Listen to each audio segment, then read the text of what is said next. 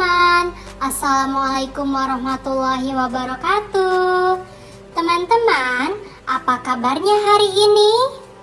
Semoga teman-teman semua sehat dan tetap semangat meskipun belajar di rumah saja. Teman-teman, hari ini kita akan belajar tematik di kelas 4. Kita akan belajar tema 1, indahnya kebersamaan. Subtema 1, keberagaman budaya bangsaku pada pembelajaran 1. Teman-teman, kita langsung saja ke materi yuk. Nah, tahukah kamu bahwa Indonesia terdiri atas banyak pulau, suku bangsa, tarian, rumah adat, serta agama? Ayo kita cari lebih jauh tentang keberagaman itu. Teman-teman, Indonesia itu kaya akan suku bangsa, tarian, rumah adat, agama, serta Indonesia memiliki pulau-pulau yang sangat besar. Teman-teman, Indonesia terdiri atas berbagai macam suku bangsa dan budaya. Namun, tetap dalam satu wadah Negara Kesatuan Republik Indonesia atau biasa disingkat dengan NKRI. Keberagaman tersebut merupakan anugerah dari Tuhan Yang Maha Esa. Kita wajib mensyukurinya. Berikut adalah bacaan tentang keberagaman budaya Indonesia.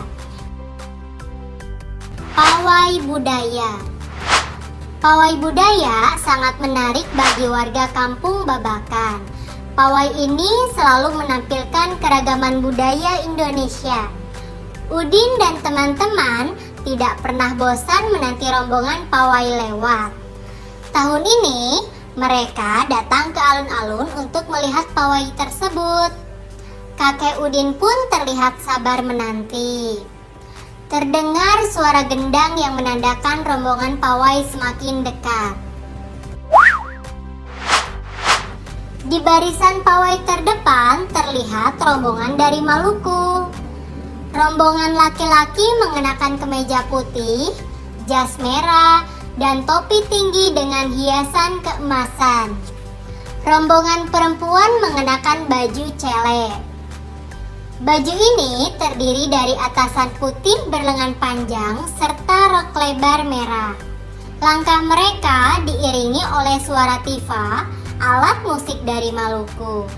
Bunyinya seperti gendang, namun bentuknya lebih ramping dan panjang. Budaya Maluku sangat unik dan menarik. Budaya Bali terkenal karena musiknya yang berbeda. Rombongan dari Bali membunyikan alat musik daerahnya, ceng-ceng namanya. Alat ini berbentuk seperti dua keping simbal yang terbuat dari logam. Nyaring bunyinya ketika dua keping ini dipadukan. Rombongan dari Bali diikuti oleh rombongan dari Toraja. Wanita Toraja memakai pakaian adat yang disebut baju pokok. Rombongan laki-laki menggunakan pakaian adat yang disebut sepa talung buku. Rombongan Toraja membunyikan alat musik khas mereka, Pak Pompang namanya. Alat musik ini berupa suling bambu besar yang bentuknya seperti angklung. Unik bentuknya, unik pula bunyinya. Budaya Toraja sangat menarik untuk dipelajari. Udin dan teman-teman senang melihat pawai budaya. Selalu ada hal baru yang mereka perhatikan setiap tahun. Pakaian adat dari berbagai suku Indonesia selalu menyenangkan untuk diamati. Benar kata ibu, kebudayaan Indonesia memang sangat beragam, kaya dan mengagumkan. Nah teman-teman, setelah kalian membaca cerita tentang pawai budaya, sekarang tulislah nomor urut di sebelah kiri pada setiap paragraf dengan nomor 1 sampai 5. Bersama teman kelompokmu, jawablah pertanyaan berikut untuk paragraf pertama. Apa yang dibicarakan pada paragraf ke-1? Silakan tuliskan jawaban kalian pada buku tulis kalian masing-masing. Setiap bacaan biasanya terdiri atas beberapa paragraf. Setiap paragraf memiliki gagasan pokok yang didukung oleh gagasan pendukung. Nah, biasanya paragraf itu memiliki ciri-ciri pada kalimat pertamanya ditulis agak menjorok ke dalam ya, teman-teman. Jadi, itu adalah paragraf. Nah, kalau bacaan biasanya terdiri dari beberapa paragraf. Tadi ada 5 paragraf. Nah, di setiap paragraf itu ada kalimat-kalimatnya. Kalimat-kalimat yang ada pada setiap paragraf tersebut itu merupakan gagasan pokok dan gagasan pendukung. Gagasan pokok adalah ide utama yang dibahas dalam suatu bacaan, dapat berupa kalimat inti atau berupa pokok paragraf. Gagasan pendukung adalah uraian atau tambahan informasi untuk gagasan pokok. Di sini Ibu Lorin sudah menuliskan paragraf kedua dan terdapat ada beberapa kalimat. Dari bacaan tadi ada 7 kalimat yang akan kita bahas. Nah, pada 7 kalimat ini kita akan cari tahu mana yang termasuk gagasan pokok dan mana yang termasuk ke dalam gagasan pendukungnya. Pada kalimat pertama yaitu di barisan pawai terdepan terlihat rombongan dari Maluku. Nah, kalimat yang berikutnya, rombongan laki-laki mengenakan kemeja putih, jas merah, dan topi tinggi dengan hiasan keemasan. Berarti kalimat kedua ini menjelaskan kalimat yang pertama. Jadi kalimat pertama itu disebut dengan gagasan pokok. Dan kalimat kedua disebut gagasan pendukung. Kita lihat kalimat yang ketiga, yaitu rombongan perempuan menggunakan baju celek. Baju ini terdiri dari atasan putih berlengan panjang serta rok lebar merah. Langkah mereka diiringi oleh suara tifa, alat musik dari Maluku. Bunyinya seperti gendang, namun bentuknya lebih ramping dan panjang. Budaya Maluku sangat unik dan menarik. Nah, di sini masih menjelaskan tentang rombongan dari Maluku. Jadi, kalimat selanjutnya ini merupakan gagasan pendukung.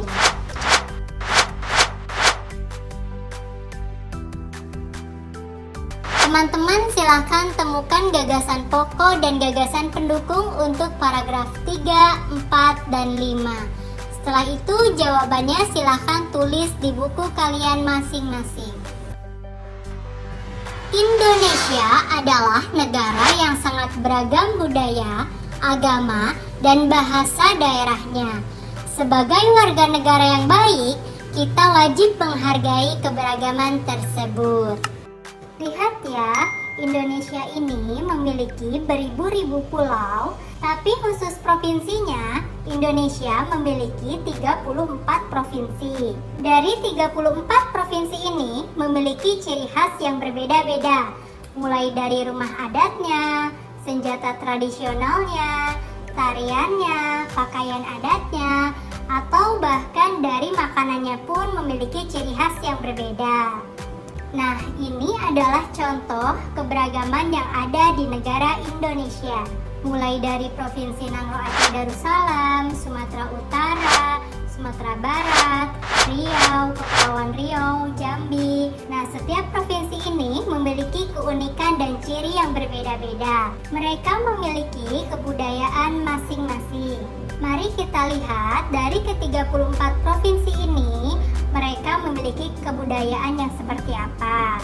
Di sini Ibu hanya mencantumkan saja. Kalian bisa langsung baca ya, teman-teman. Selanjutnya ada Provinsi Sumatera Selatan, Bangka Belitung, Bengkulu, Lampung, DKI Jakarta, Jawa Barat, Banten, Jawa Tengah, Daerah Istimewa Yogyakarta, Jawa Timur, Bali, dan Nusa Tenggara Barat atau NTB. Dari setiap provinsi ini memiliki keunikan dan ciri khas kebudayaan yang berbeda. Selanjutnya ada dari Nusa Tenggara Timur atau NTT, kemudian ada Kalimantan Barat, Kalimantan Tengah, Kalimantan Selatan, Kalimantan Timur, Sulawesi Utara, Sulawesi Barat, Sulawesi Tengah, Sulawesi Tenggara, Sulawesi Selatan, Gorontalo, Maluku, dan masih ada dari Maluku Utara, Papua Barat, Papua, dan yang terakhir ada dari Kalimantan Utara. Nah, dari ke-34 provinsi ini memiliki ciri khas dan keunikan masing-masing ya teman-teman. Nah, coba kalian sebutkan teman-teman, kalian itu berasal dari provinsi mana? Bisa kalian tulis ya di kolom komentar di bawah ini. Nah, adik-adik, kalian juga bisa bertanya kepada teman-teman kalian asal daerah mereka. Lalu, tanyakan juga kepada teman kalian, apa sih ciri khas yang ada pada daerah asal mereka? Setelah mendapatkan informasi di atas, jawablah pertanyaan berikut. Untuk ketiga pertanyaan ini, silahkan kalian jawab pada kolom komentar di bawah ini. Indonesia terdiri atas berbagai macam suku bangsa dan budaya, namun tetap dalam satu wadah Negara Kesatuan Republik Indonesia atau disingkat dengan NKRI. Keragaman tersebut merupakan identitas bangsa Indonesia yang membuat bangsa Indonesia dikenal sebagai bangsa yang memiliki kekayaan budaya, suku, dan agama yang berbeda-beda. Keragaman tersebut merupakan anugerah dari Tuhan Yang Maha Esa, dan kita wajib mensyukurinya. Wujud syukur tersebut dapat dilakukan dalam bentuk sikap saling menghargai antar suku dan pemeluk agama yang berbeda. Mungkin di antara kalian ada yang beragama Islam, Kristen, Hindu, atau ada yang dari suku Jawa, suku Batak.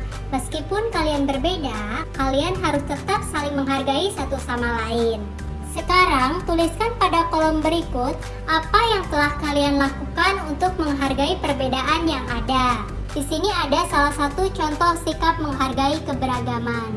Yang pertama yaitu bermain bersama dengan teman yang berlainan agama. Nah, untuk sikap menghargai yang lainnya, kalian bisa isi pada kolom di bawah ini. Kalian juga bisa menuliskan sikap yang tidak menghargai keberagaman pada kolom di bawah ini. Contohnya yaitu bermain hanya dengan teman yang satu suku bangsa. Untuk contoh yang lainnya, kalian bisa tulis pada kolom di bawah ini. Sebagai anak Indonesia, aku merasa bangga terhadap keberagaman yang ada.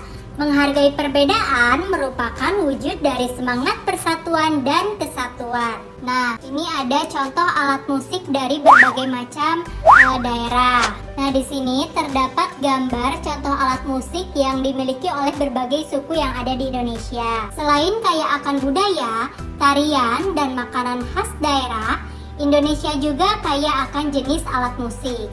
Berikut adalah contoh alat musik yang dimiliki oleh berbagai suku di Indonesia. Cara memainkannya berbeda-beda. Kecapi yang berasal dari Jawa Barat dimainkan dengan cara dipetik. Angklung yang berasal dari Jawa Barat dimainkan dengan cara digoyangkan. Saluang yang berasal dari Sumatera Barat dimainkan dengan cara ditiup. Kemudian ada kendang yang berasal dari Jawa Barat dan tifa dari Papua. Ini dimainkannya dengan cara dipukul bagian kulitnya. Nah, ini ya teman-teman.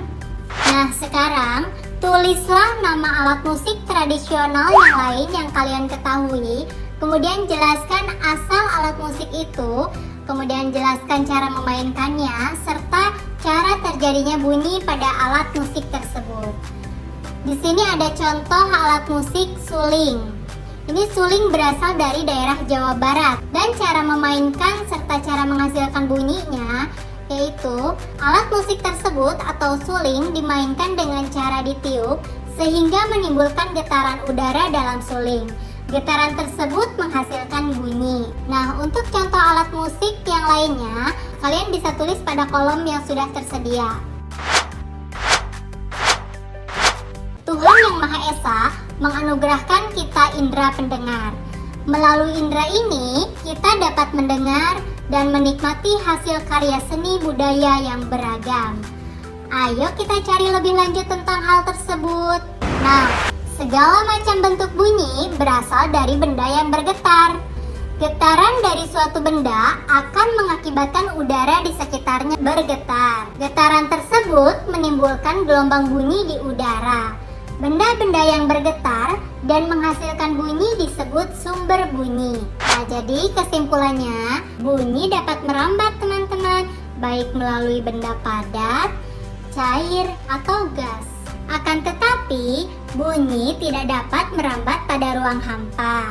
Nah, ruang hampa itu apa teman-teman? Ruang hampa itu adalah ruang yang tidak ada udaranya. Mengapa? Karena bunyi itu akan merambat melalui benda padat, cair, gas, melalui udara yang ada di sekitar kita, sehingga kita bisa mendengarkan bunyi tersebut. Jika tidak ada udara di sekitar kita, otomatis kita tidak akan bisa mendengarkan bunyi. Begitu teman-teman penjelasannya. Nah, selesai juga ya untuk pembelajaran hari ini. Semoga penjelasan dari Ibu dapat dipahami oleh teman-teman. Tetap jaga kesehatan, semangat meskipun kalian belajar di rumah saja. Cukup sekian, terima kasih. Wassalamualaikum warahmatullahi wabarakatuh.